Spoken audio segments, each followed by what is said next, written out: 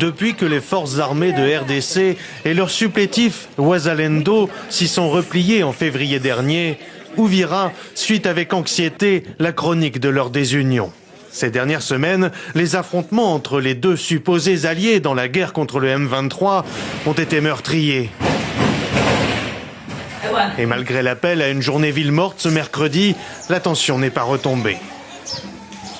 À Uvira, la discorde entre l'armée régulière et ses supplétifs se concentre désormais autour d'un homme, le général Olivier Gassita, chargé depuis lundi par Kinshasa de superviser les services de renseignement dans la région.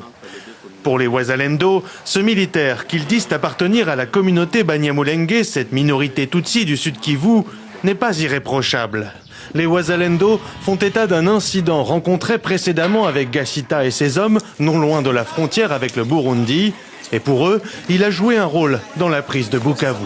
Arrivé dans la plaine de la Ruzizi, il y a eu quelque chose comme un méfait qui a fait à ce que Gassita, les hommes de Gassita se combattent avec les Ouazalendo. Et il s'avère qu'il a aussi participé, à la prise de Bukavu par les M23. C'est ainsi qu'on ne veut pas de sa présence à Uvira ainsi que la population d'Uvira.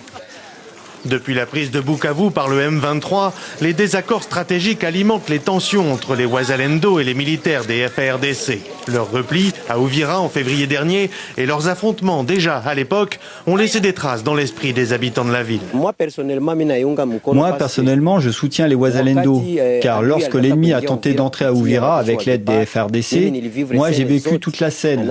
Je peux raconter. Les habitants d'Uvira sont encore traumatisés de cette situation. Les guépards, les militaires des FARDC ont commis beaucoup de dégâts et jusqu'à présent la population a encore ces psychoses dans la tête.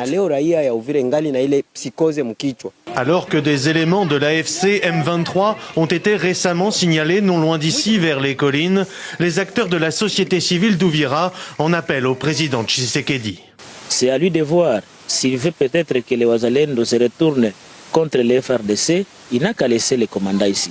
Mais s'il a besoin vraiment de la paix et que les M23 ne puissent pas profiter de cette cacophonie, il n'a qu'à remplacer les commandants en question. Contacté, le porte-parole des forces armées de RDC à Uvira n'a pas souhaité pour leur répondre à nos demandes d'entretien.